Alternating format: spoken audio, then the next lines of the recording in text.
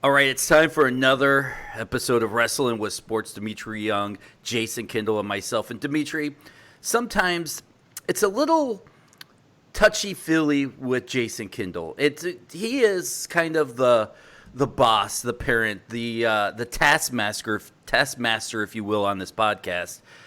But now we get to sit down and interview someone that has a little bit of history with Jason, and maybe even the score and give us some fun stories with him. I'm looking forward to it because this is his mentor, and this is someone that I used to look up to and then played against him, and always had some good advice over at first base. And I want Jason to introduce this fine gentleman. This is going to be a tough show for me, but a great one, and I couldn't be more proud to have this man on. If you remember, I teased it maybe a week ago or whatever. I don't even remember the date. That my favorite teammate of all time was coming on. We played 7 years together, probably 8. I mean, if you go back to the minor leagues, and it's a little bit longer, but without a doubt, one of my mentors. Without a doubt, one of my favorite people to ever be around. And I think if anybody out here has listened to what, I don't have many friends. I do have one good friend. Obviously, I have Dennis. Okay, be quiet, Dennis. Dennis and Dmitri. But I do have one friend that I keep in touch with. And I couldn't be more happy to introduce Kevin Young, without a doubt my favorite teammate, and without a doubt the best fielding first baseman I have ever seen. And we'll talk about the whole Gold Glove stuff later, because you guys know that I can't stand the whole because the coaches and this and that. But Kevin, thanks for coming on, man. And thank you for joining the show. Absolutely, man. It's good to hear you, and I actually hear some compliments from you. You know, it means a lot. You know, and Dennis, thanks again. Dmitri, obviously it's been a while, so it's good to be on with you guys. Definitely. I'm gonna start this out, and look, we know Jason, and Jason is, and excuse my language, a son of a bitch at times. How the hell do you stay friends with him this long? Distance. I live in Arizona. He lives in Kansas City, so that's pretty much how it works. You know. And you know what? That's exactly right. And I do want to get to some serious note, because I know you guys are going to rag on me, which is fine. I have thick skin. But Kevin is the offensive coordinator, which basically runs all the offense of the Pittsburgh Pirates from the minor leagues on up. Did you say the Pirates or the Steelers? Well, offensive coordinator? Offensive coordinator, right? He tells Cordell Stewart and Ben Roethlisberger what to do on the sidelines while he's watching the Pirates games.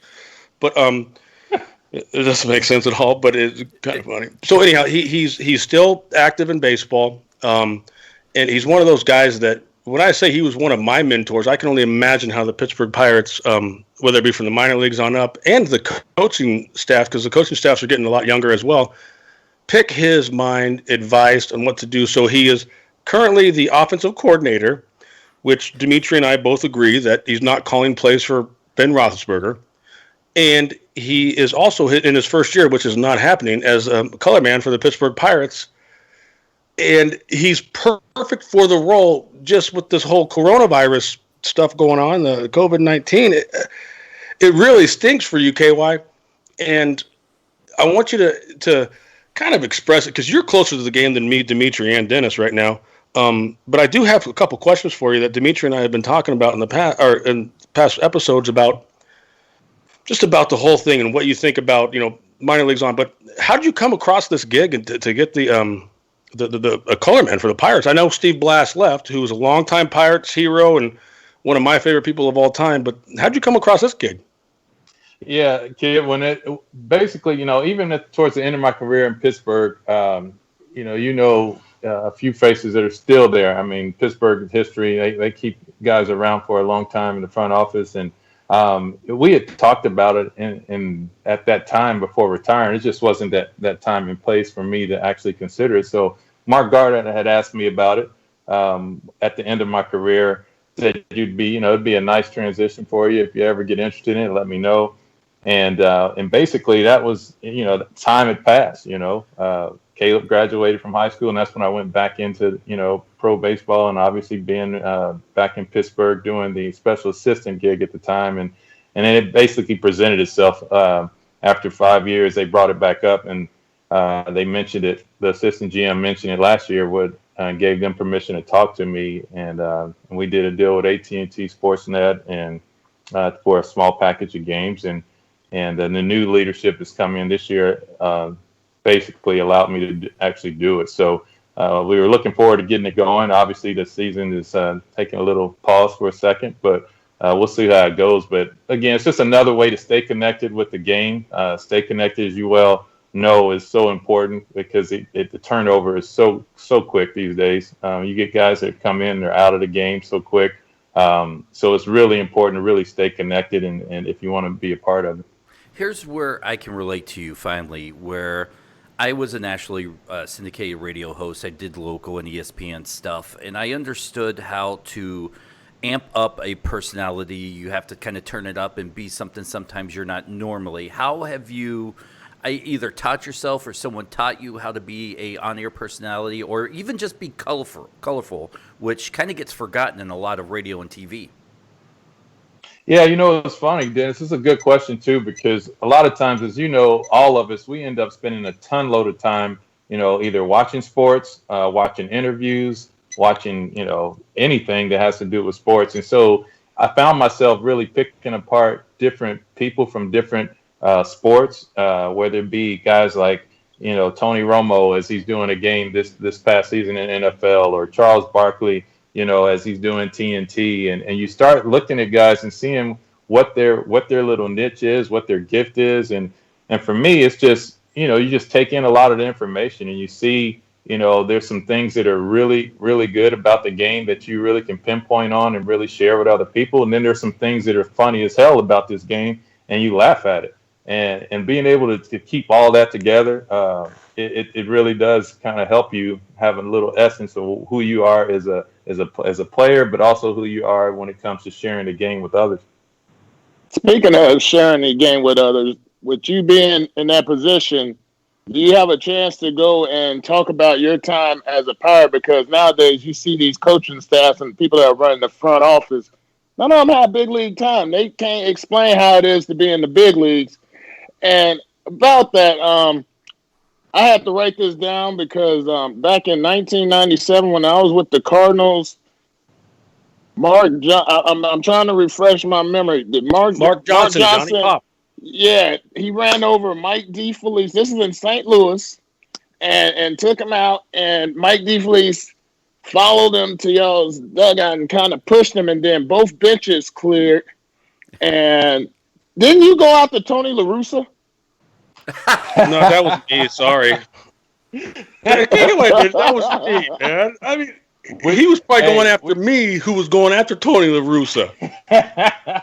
That's one thing I can tell you. I mean, much respect to Tony La Russa for sure, being the manager, but not my favorite. That we look forward to every single time we got really getting after it with the Cardinals for sure. So. But, hey, it was the only time you can really fight and throw down and not go to jail. So we were all about it. That's one thing that I tell you what, nobody wanted to play us, not because we were real good, but they knew we didn't care. And yeah, that was one of those things. But hey, last serious question though, seriously, before I get ragged on and whatever, because and I actually love this and I love the fact that you're on here. And Dmitri and I and Dennis were all talking about the state of the game now. Obviously, we're in uncharted territory. We don't know what's going to happen. We don't know if they're going to play games. We don't know how safe it is, et cetera, et cetera. That being said, and me and you had we had a conversation the other day talking about the minor leagues. I feel more disappointed because obviously they're going to try to start the big leagues as soon as they can. And I believe, and Dmitri believes, that they should, even if there's no fans. Dennis, on the other hand, he's kind of like a coin toss, but I truly believe I truly believe that the people need something now for those 3 hours a day, and it got us back. And I'll get back to the minor leagues just because I'm all over the place. I am, KY, but it got me back to Dmitri about 9/11, and I'll never forget because I believe you were the player rep for us then, right?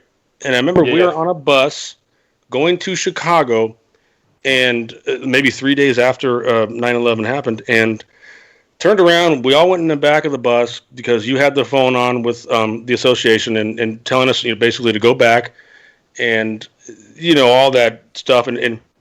But I just remember when we did come back, it was like, so even if it was a 3-hour kind of break for America, it was a 3-hour break. And that's why I think Dmitri and I both, because we were obviously there as yourself when this happened as a player, and we got to see the fans being, it's a 3-hour break of what is going on in this world.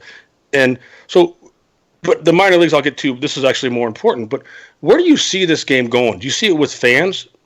I'm talking about over the next 3 months. Do you see it with fans? Do you see it no fans? Do you see it 70 games? Do you see it 100 games? Explain to us what you think, because you're a lot closer than we are to big league baseball right now.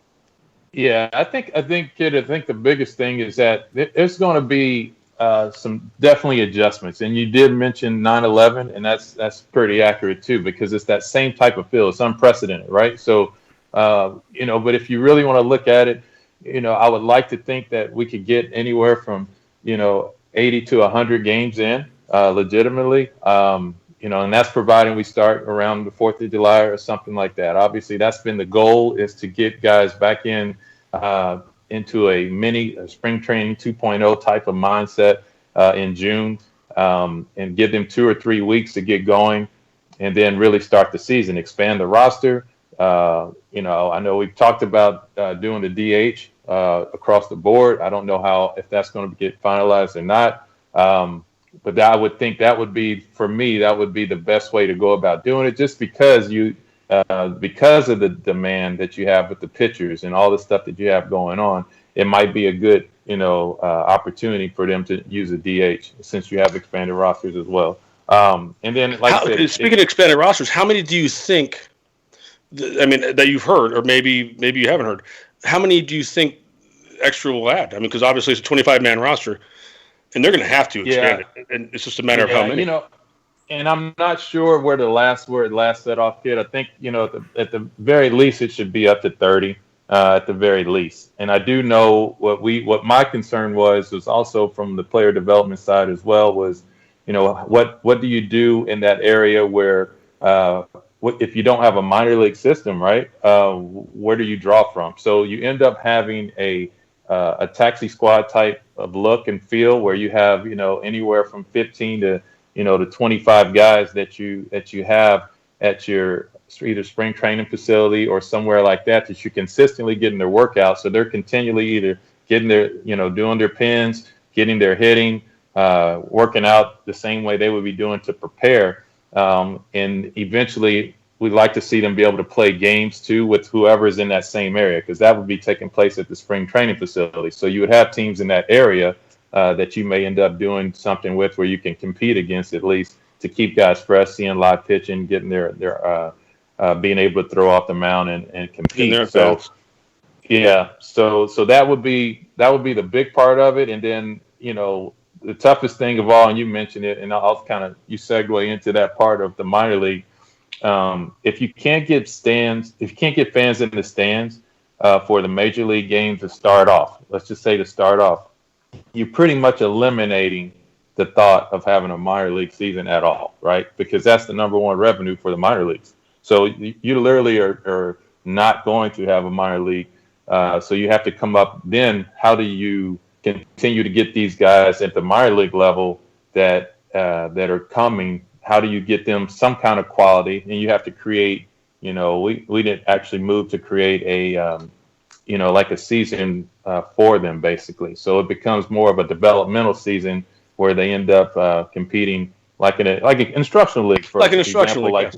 Yeah. So we talked about that, in old school days. We had instructional league of 6 to 8 weeks, so that's 2 months of at least getting something in where they can get their development in and don't feel like they just missed an entire season.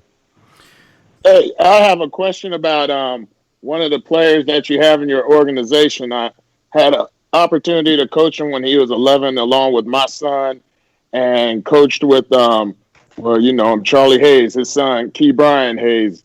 The kid, when I was coaching with him. You know, I just let Charlie do it with his son. I do it with my son. But the kid always worked. He was a hungry kid. And, I mean, his fielding, I mean, it was like he was the best fielder I ever seen at 11, 12 years old.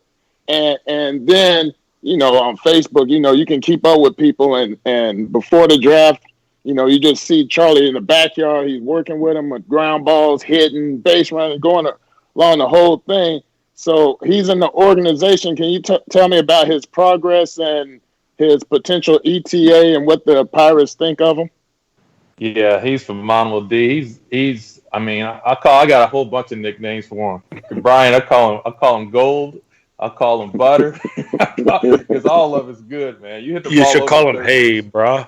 That's all Charlie used to say. Hey, bro. Hey, bro. Yeah, you're right. You're right. But yeah, he's super talented. Defensively, he's off the chart. Last year, I mean, even the offense it's been really nice to watch. He hits the ball to all fields. Line drives, as you know, the gap to gap, the carry to the outfield off the wall. And so he's one of those guys. He's young, but he is really up and coming. I think, you know, at some point, you know, before all this happened, you'd like to think he was going to be in Pittsburgh at some point this year, provided things go accordingly. You know, at this point, you never know. But they also might create a better opportunity too, you know, with the way things are going at this point. So, but like I said, I can tell you right now, defensively, it's off the chart. It can play at the major league level, you know, today, tomorrow, in 10 years from now. I mean, it's that good. And offensively, he's going to put together professional bats. And like I said, he hits line drives to carry to the outfield, and with the ball flight going off the wall or over it. So he's in a good spot where he's at now, and couldn't be even happier to have him in a Pirate uniform. He sounds like his old man, the way you explained it. Hey, and there's one more person. That all-star first baseman, has he been picking your brain and things like that? Because Jason said you're the best first baseman. I would have to agree from what I've seen. And that Josh Bell, I mean, that's an incredible young man right there. And I hope and pray he's picking your brain not only on first base, but being a black superstar in the game and us being a minority, how to conduct ourselves on and off the field, because all eyes are on us.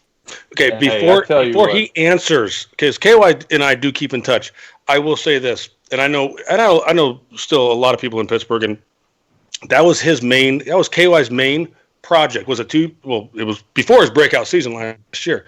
Oh, yeah. KY took him under his wing like he did me. And listen, the guy has ability. He's going to play. He's going to hit. And he handles himself.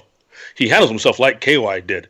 And I know for a fact that because of Kevin's presence, that's why Bell's doing what he's doing. I mean, obviously his talent it speaks for itself. He is what he is. But I'm telling you what, when I listen to him do interviews, this is just me looking completely like not even being involved with the Pittsburgh Pirates, but obviously knowing Kevin Young. And I'm telling you, I could not be more proud of Josh Bell. He's one of those top 5 guys that you root for. And he has so many. He has his swagger. Like KY was like, I might suck, but I'll tell you what, I look cool out here. I mean, you, Dmitri, KY, you guys both know that you're going to have good games, bad games, whatever. But I'm going to tell you what, and I'm liking to think that he got this from you, and I'm pretty sure he did. He has that even keel thing. Now, that all being said is, KY, to answer his question, because I see you in him. Yeah, and you guys hit it on the head. The kid is extremely smart. He comes from a wonderful, smart, intelligent, hardworking family. I would actually. It's been 5 years now since we've met. And the first time I met him was here at the Arizona Fall League, and that's when I came on as a special assistant to the GM at the time. And you're right. There was 2 people in particular that I was working with. And that was Pedro Alvarez at the major league level in his transition to first base, and Josh Bell was the other one. And so, long story short, ultimately what happened is I built an entire defensive program for Pedro Alvarez that really Pedro didn't 100% commit to.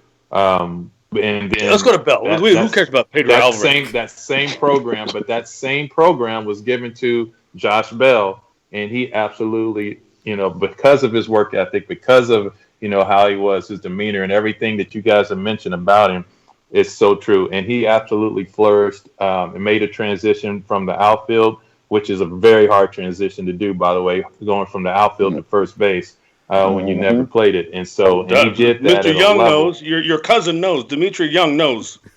Yeah, so it's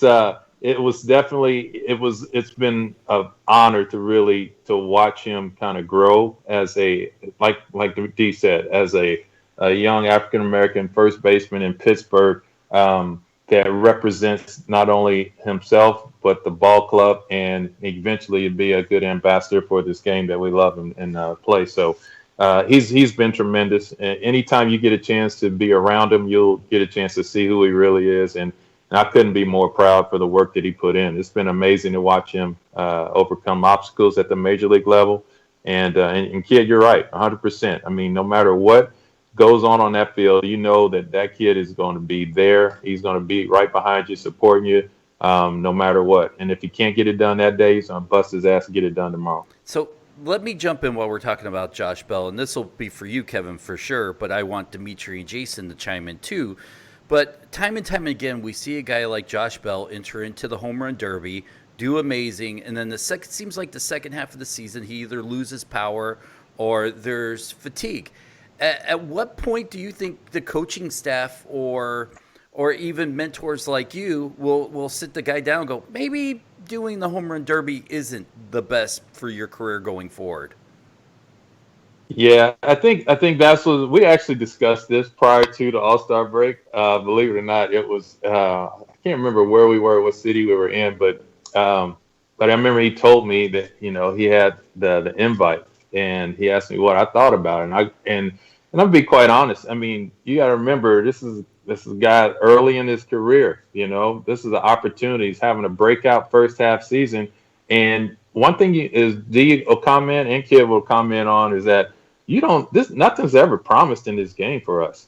You don't know what the next year holds. You don't know if you ever make it back to, a World Series or a playoff berth or, ever be able to, drive in 100 runs again. You don't know.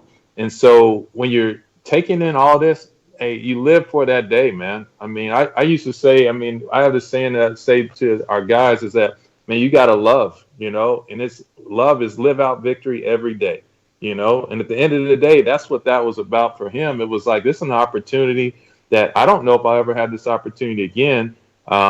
So let's do it, and that was his approach to it. And the way he works, that's exactly what happened. I mean, if you go back and look at the home run derby, he was all about volume. He was trying to get as many pitches. That's his. He was just, hey, just throw the ball. I'll swing. I'll figure it out. But that's how he's wired. He works his ass. This is the hardest working individual I've ever been around.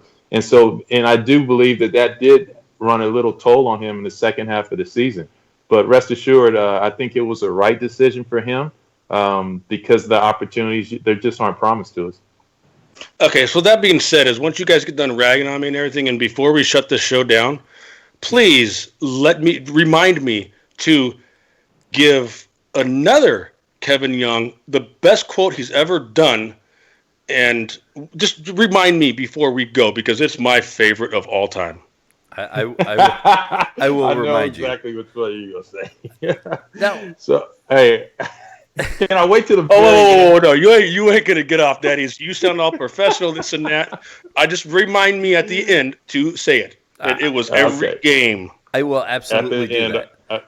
So, all right. so how hard is it now to go from being a player to being in the front office, now to being in the booth, to listen, it's no secret that a lot of athletes are not fans of the reporters or not fans of the TV guys when they criticize. Now you're put in a position where potentially you're going to have to criticize some of the players and then go face them as management still. At what point or how do you navigate the politics there? Again, it's all about truth. And I think it's building a reputation, obviously, when that works, when you have guys in our organization that's been around me and understands. But you're 100% right, Dennis. I mean, there's going to be guys that are new to the organization, free agents that come in, and they'll be exposed. We don't have a track record. right? And so they don't know KY. They just know Kevin Young, and they think that, okay, there's another guy that the game's gotten easier, from the booth or wherever. And so it's a fine line. But as Dmitri would say, and Jason would say, I mean, we put in our work boots look a little different. We got some dirt under there, and we got some blood, sweat, and tears that we left on that field. Okay, we've had this conversation before. A track record does speak for itself whether you're coming out of the booth, whether it does, because especially in today's game there's some coaches that I've never even heard of, and now they're coming out that he said some, most. What's that? Not some, most. Well, exactly. I'm trying to be politically correct, but because Kevin's here and I don't want him to scold me after we get off the air. But why isn't he the hitting coach? Why isn't he the hitting coach? No, I already no. You're the hitting coach because you're switch hitter. He'll be on the staff somehow. Because I told Dmitri the other day, I'm like, you're my hitting coach regardless of, and think about it. How many switch hitters are hitting coaches now? And it makes more sense than anything. It really does to me in a baseball world, because you can obviously relate to both sides of the plate. That being said, no, KY will be on there. I don't know where I'm going to stick him yet, but he'll probably be right next to me if I can tolerate him for a little bit. But I just lost train of thought right there. But having a resume, it does speak volume for a player. And I know there's a lot of college coaches now coming up, and they might have some good stuff. And this is where players today are going to need ex-players like a Kevin Young or Dmitri Young, the cousins, and myself, or the guys who have been there and done that, because you have to let these players know, give him a chance. He might have something that you can take and put in your game. He might not.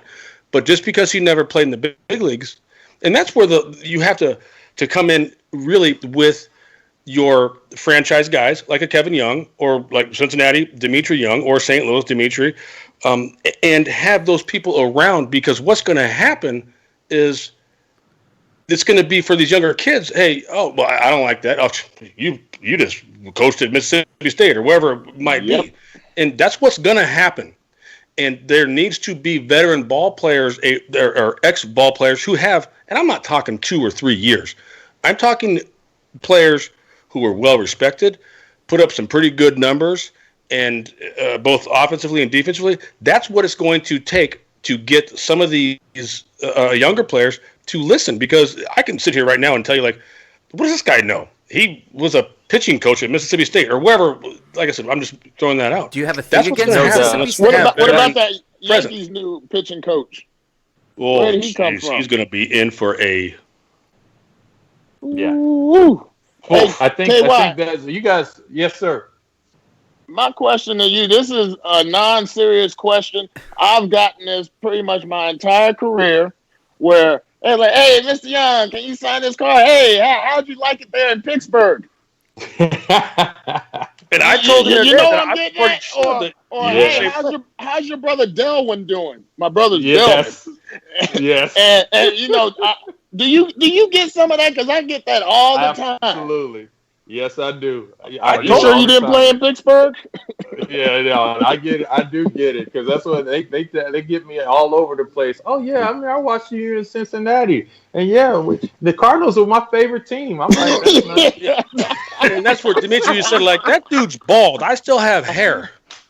There's no doubt. Hey, but the one thing I will share with you guys, the toughest thing that Jay, you were talking about, was that, like, when you have the hitting coaches or the coaches today, and the veterans experience and all that, the young guys today, the challenge that you run into is you have a lot of these hitting coaches and hitting gurus that we talk about, that they're working with these guys all off season. They're making money off of them, helping them, and it's great intent, but they definitely, they're paying, right? These guys are paying these guys to help them. And it goes to that place of that feel good. I had a discussion about this a couple of weeks ago about when you're in the off season, it's the off season. It's in the name. There's no stress. There's no 95-mile-per-hour sinkers. I mean, you got soft toss and tee work, so you can feel really good doing that feel good is awesome. But when reality hits, when you get back to spring training and all of a sudden the velo gets pumped up on you and all that good feeling that you had before that you paid all your guru for, it goes out the window. You know, drop that and now 0 for we 12, end up 0 playing for 14. No, not good. Yeah. You know, so that's the challenge that I have with it. You know what? And I deal with that on the amateur side here. You know, I coach over at Oaks Christian High School here in Westlake with Royce Clayton and Jeff Weaver. And I do the Breakthrough Series and Hank Aaron Invitation. I'm on the amateur side. And so I do hitting lessons as well. But you got Craig Wallenbach, who's not too far up the street. And, you know, his crew is all up with the Dodgers and stuff as hitting coaches and stuff. And you have these guys that, and Craig, I respect him and stuff, but you have too many guys out here that are teaching the launch angle, and they're not teaching the mentality of how to get hits in games. You know, they don't classify what kind of hitter they are. They get in these guys' heads and like, all right, we're going to turn you into a home run hitter, where you might just be a good line drive hitter that occasionally shoot the gaps to get the best out of your ability. You're over there shooting for the moon. And this is in the high school level. This is bunk where these guys are looking, I want to hit home runs. That's going to impress. I got my certificate of completion from scout school over here. I've been on the amateur side since 2013. It's not even scout school, man. It's like Harvard. You give anything Harvard, you're golden. That is hard. that scout development program, good God. But I'm listening to you on the pro side, and it's like you got these never-has over here teaching these guys how to do on the big league level, and I'm trying to get these kids how to get to the next level, whether it's playing college ball or if you're gifted enough to be able to get drafted and play professional. But it's all about, for me, it's the mental game and knowing who you are and how to build from that. And what you can do, and I'll give you a perfect example, and I'll try to make this short, is Bubba Starling. This guy has, and he's from Kansas, so he honestly, right now, the best center fielder in the game. I'll guarantee you, he's that good. Offensively, he scuffles, which everybody's going to scuffle. But Bubba Starling, and he obviously, because I'm in Kansas, I worked with him the last 2 or 3 years, and I'm like, and he actually asked me one day, he goes, what do you do when, you have too many people talking to you? And I called him out. I'm like, hey, you, whatever. And I go, Bubba, here's the deal. You can sit there because you're a respectful kid and you want to be respectful and say, you let it go through one ear and out the other. Dude, finally last year, now this is like 8-9 years in. He was a first-round pick, 4th pick overall, got some money from Kansas. And if you're going to ask me that, what do you do if you have too many? First of all, your mentality should be like, you're going to do what works for you, bottom line. But if you're listening to what everybody, you have 12 different hitting coaches, you're going to be so jacked up. And you guys understand what I'm trying to say. But Bubba now has finally gone like, you know what? Hey, all right, okay, cool. He's doing now what has worked for him. It took him 8 years, 8 years in professional baseball to figure this out. And it's crazy. But he actually had, and I said, KY and Dmitri, you guys both know me. I said it obviously not like that. Oh, hey, you don't listen to everybody. I said, hey, duh. And I think he got somebody being stern with him that had been and done that. And I'm going to tell you what, that's another reason, because he's such a good kid and he's from out here. I mean, he's like the hero. He's like the going to be the next George Brett, which nobody's going to be the next George Brett. But that's how they pumped him up that much when he got drafted. And you know what? This coronavirus, this COVID-19, I mean, gosh, dog it. But he's a name to look out for. And I told Mr. Sherrington about this, KY, don't keep your eye off of this kid because he's going to be right there if he continues that same way. But that's the deal with being a hitting coach is, I said this the other day on the show, is like you have to deal with so many different personalities, but you have to figure out what they want and what they don't want and what they need, what they don't need, and what works for them. All right. That's solid. I got to jump in here, and I know a lot of Pittsburgh fans want to probably know this question. I'm not a Pittsburgh fan. I'm out in Detroit, come from Boston, St. Louis. But Pittsburgh has a history of being the bridesmaid, never the bride. And the last couple years of being frugal, I guess would be the polite way of saying it, and sometimes not hanging on to youth or a stud player longer than they should in order to try to swap them out. You being in the front office, can you tell us a little bit about what this new regime's plan is to turn the ship around and maybe make Pittsburgh a winning team again? Yeah, I think there's a lot to be said about finding that happy median. I know we're never going to be in the city of Pittsburgh, and I hate to use the word never, but just the one that's going to spend to acquire, whether it be free agents or get you over the hump in that way. But I do believe there's a happy median between development, player development, and the ability to pick spots. And this group is definitely geared towards being aggressive once they understand the dynamics and what they're working on. Obviously, there's a new switch. You have new ownership, and at the end of the day, if he's paying the money, that really much says what you need to do. It's going to be tough because the city of Pittsburgh, as Jason will tell you, I mean, it's been under that. We've been waiting a long time, for the Pirates to have that breakout season.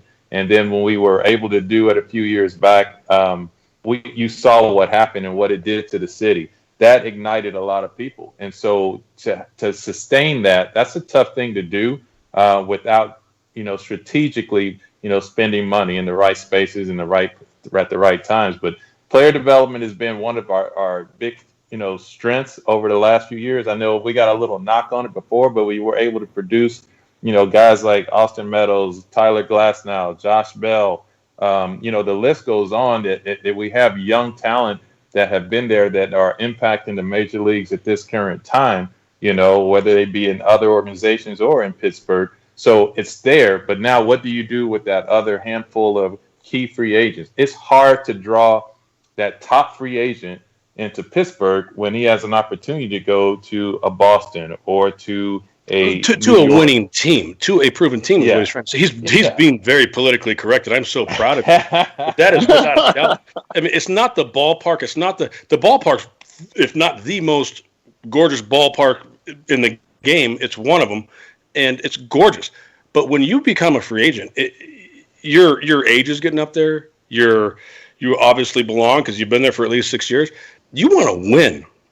So that's what they're going to have to do. That's where the minor league system comes in, and your draft picks come in, and all that other stuff. But KY, you are ready to be on air because man, that was good. I would have said it in 3 seconds and been like, yeah.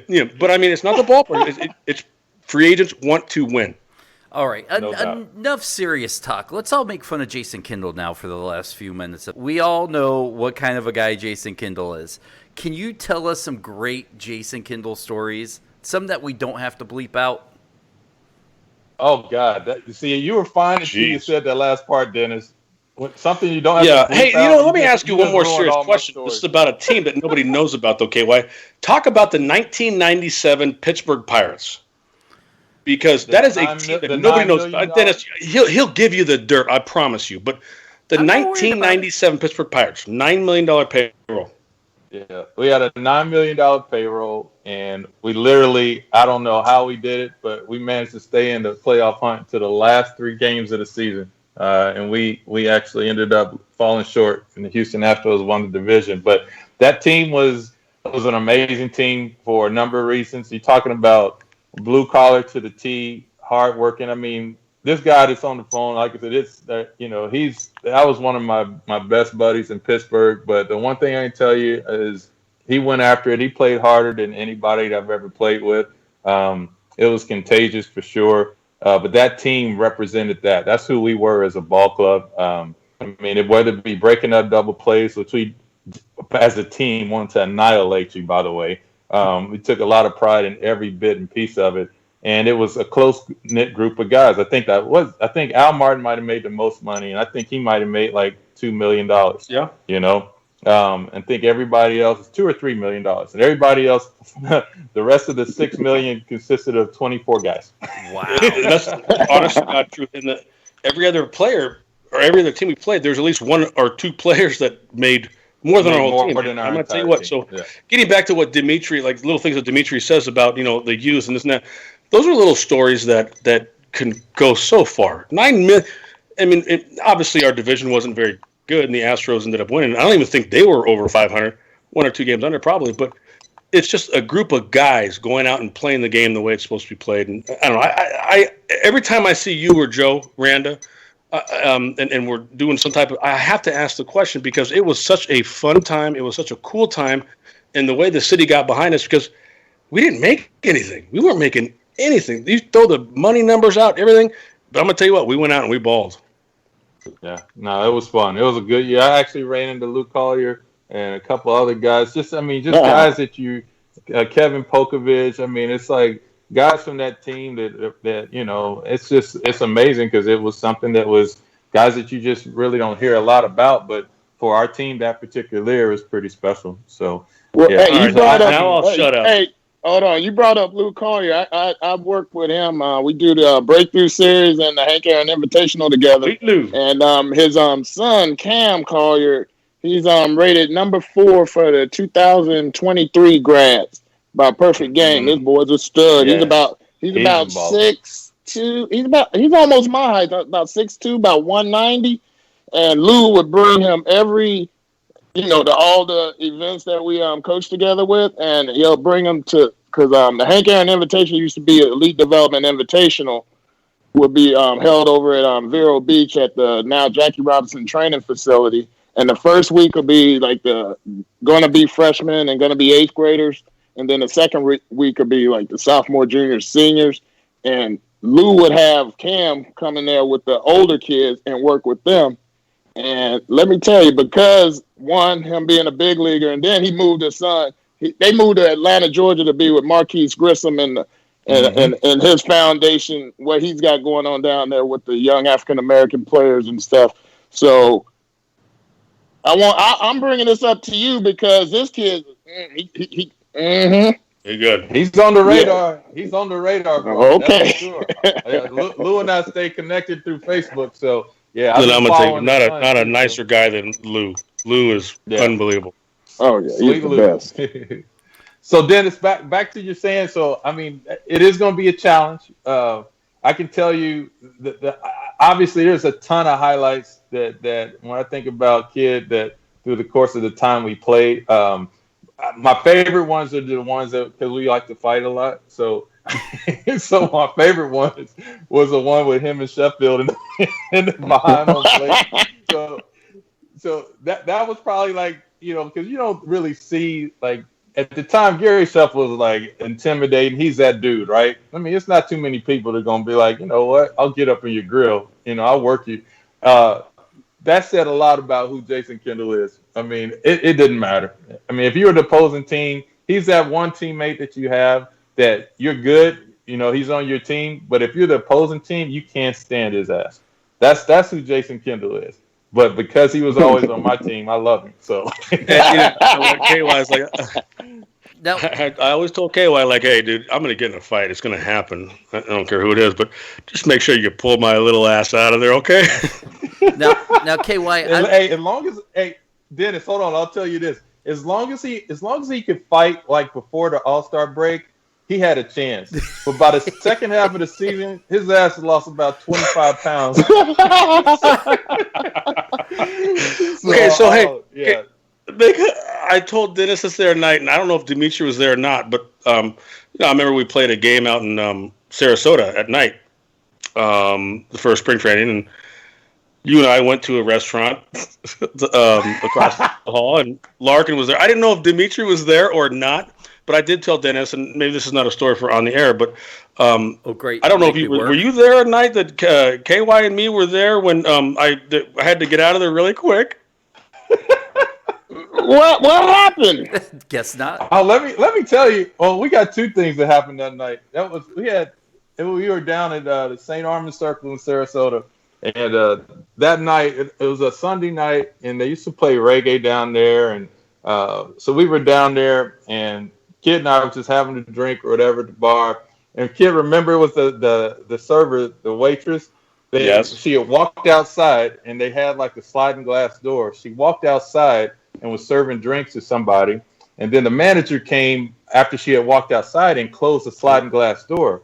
So when she walked back, oh my God, she just face planted right into the thing. And we were like, and it was, now I'm the one that, I have genuine concern for people. Now the other dude, quite suspect. So long story short, that was the same night that he ended up getting in a little throwdown. I don't want to say too much, but he ended up throwing down with somebody outside that night. I mean, it was just that's just who we were at the time. It was fun. We had a good time. But yeah, he actually whooped some ass that night. I do have one last. You learn from experiences, and I was young. And I do have one last serious question before I throw it over to Kendall and Young, and you guys have your shenanigans with them. But player, you're part of management. You're in the booth. What is your ultimate career goal with Pittsburgh? Do you want to be the booth guy? Do you want to be part of management, or do you want to be part of the coaching staff? Because you can't do it all. No, you're right. I mean, I think ultimately, I think this game is given so much. You serve the game. That's how we are. At the end of the day, we want to give back to the game. And I truly can say I want to be able to benefit the next generation of baseball, whatever that looks like. If it's behind it, come on. No, it's the best non-answer ever. I have no desire. I have no desire to necessarily be on the field.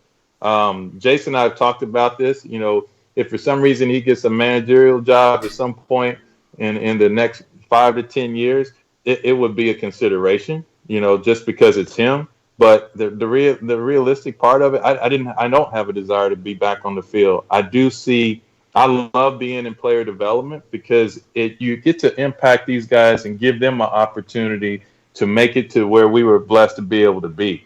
So I like being where I'm at from the player development side and helping guys get to the major leagues and impact the city of Pittsburgh. But I've yet to really indulge in that entire season in the color part. So I don't know if it's something that I really would gravitate to and want to do moving forward over the next 5 or 10 years, or if it's just something that I want to be able to experience to see, if that makes sense. I did lie. I do have one more question, and it went back to us talking about baseball and COVID, which I was going to try to slip in, but we moved on pretty quickly.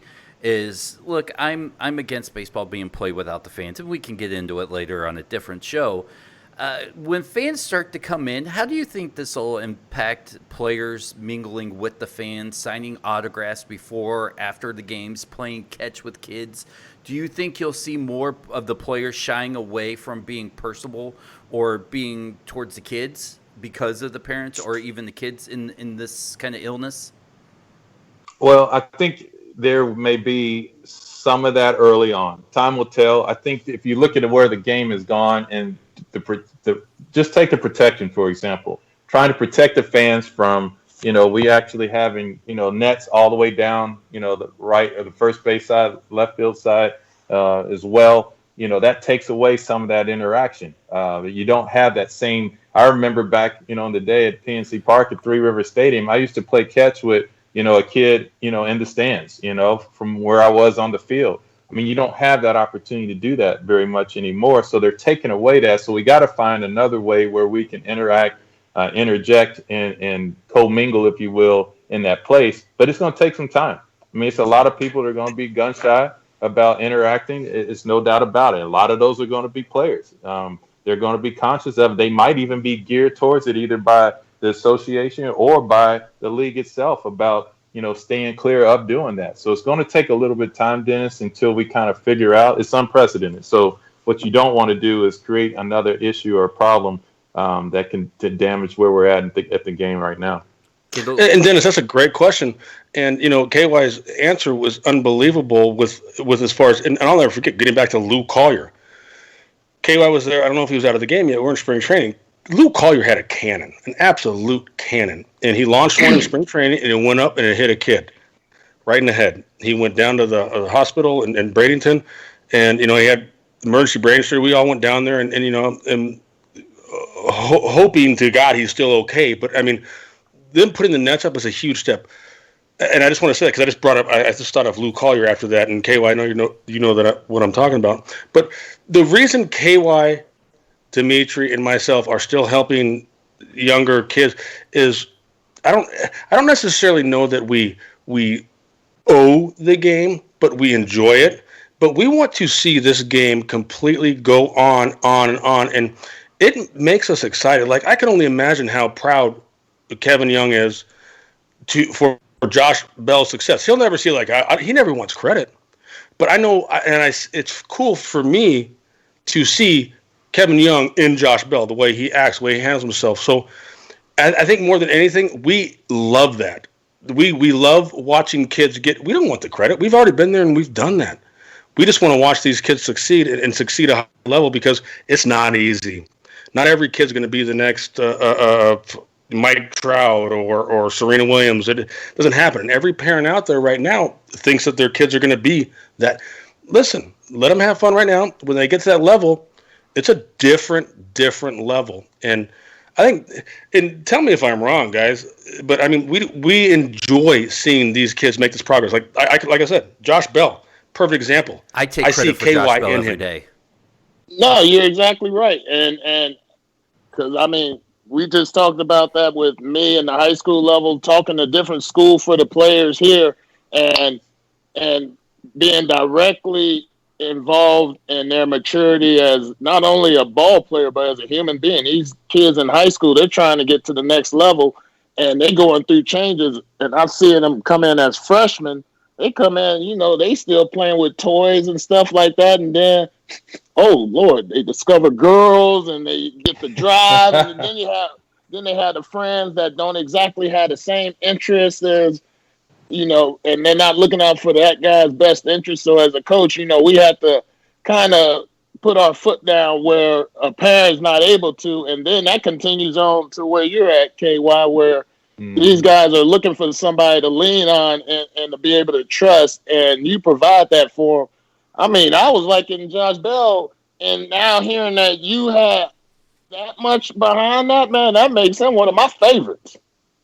Yeah, I'll tell you, D, that one of the things that it'll help too is, and kid, you know this better than anybody, that all ultimately I did when it came to Josh Bell is to share what has been passed down to me. Willie Stargell was a major influence on Jason Kendall and I, That's huge. Exactly. And that's all we're doing. It's the game that keeps on giving. So, Dennis, honestly, when you ask that question about where do I want to be, that says it all to me. It's not necessarily about where I want to be as much as that where does the game, where can I serve the game the most? How can I give back to the game that's provided so much opportunity for me? Like I said, Willie Stargell impacted my life when he talked about the impact that I can have on a team defensively. That's why I took so much pride in my defense. Not to mention the leadership qualities and how he communicated. The leader that he was in the clubhouse. These are all the things that I just ultimately end up passing on from one generation of athletes in baseball to another. And you got to do the same. And kid, you did the same as well. So that's what this game means to a lot of us. It's not about what it's done for me. It's about, what can I do for it moving forward and how we can impact this game for us later.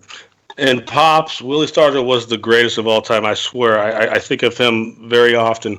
And just what a special person, human being. And that all being said, Dennis, you guys can have fun now. But to get back to a funny part of the conversation, we've already been through the grind. It'd have to be a perfect situation for all three of us to be there. Do you think we want to go and sit in a ballpark at 8 in the morning until 8 at night in spring training for 2 months and then hop on no, we've already been there and done that. So it would have to be a perfect situation for us three to deal with that grind. And there's going to be a lot of alcohol involved. Probably. That's probably why they have these guys that are coaching in the big leagues that never went through that grind.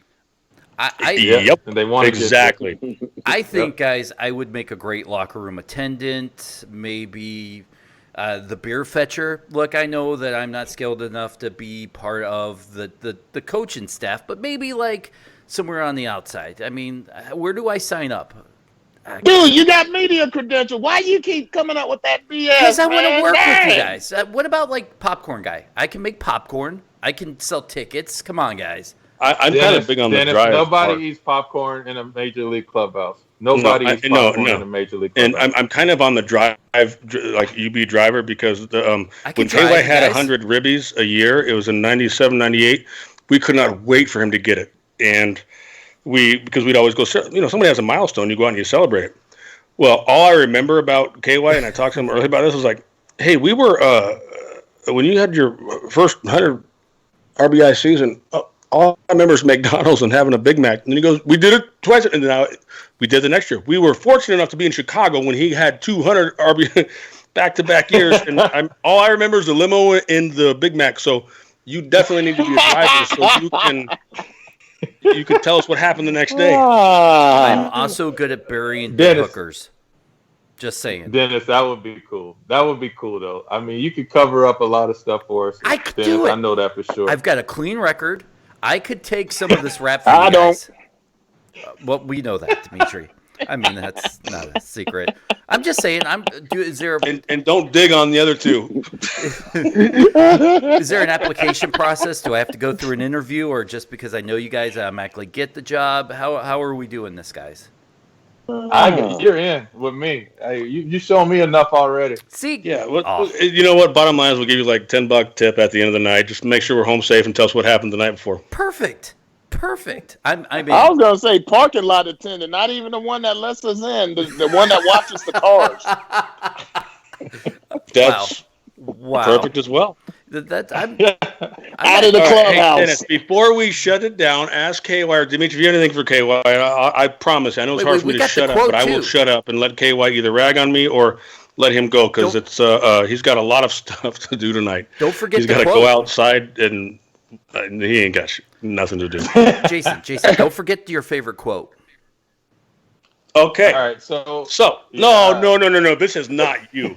So what was the quote that you said earlier to him? What was that? Because it was unbelievable. Which one? I don't know. You don't remember.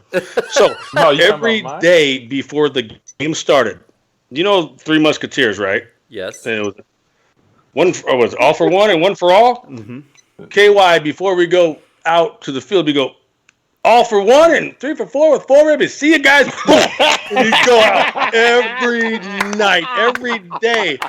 The best quote ever. And I'm like, yeah, okay. Oh, that's beautiful. And hearing him tell you that story right there, like, I just need to, I want to be a teammate. Every game for 7 years. All right, everybody ready? Everybody ready? All for one and 3 for 4 with 4 ribbies. That's classic. Oh, God. I love that. It's true. It is true. So true. All right. That is such a season in baseball. That is one of those things that's the stuff I miss, like little stuff like that. Now, Kevin, you're no back. No doubt about it. Now that you're back in the public eye and we're wrapping up the show, where can people find you, follow you? I know that you're probably pretty big into social media now, being that you're moving into the broadcast booth, and you probably should have a bigger social media impact. Yeah, I'm getting there. Like I said, KY 29 times. You can get that on all of it, really. Twitter, also Instagram. That is my tag there. So, and honestly, it is, it's a pleasure to be on with you guys. It's been fun. It's been a blast. Dennis, I'm looking forward to getting you that new job with us. Thank you. So. What about carrying your bags? Can I at least carry your bags from town to town? How about that? No, I like Dimitri's idea, just kind of watching the cars. Wow. That seems about right for my skill set, so I'm okay with that. I'm not going to fight, I guess. Just watch your guys' cars. Hang you out. can be the traveling secretary too, but man, that's that brings them in the clubhouse.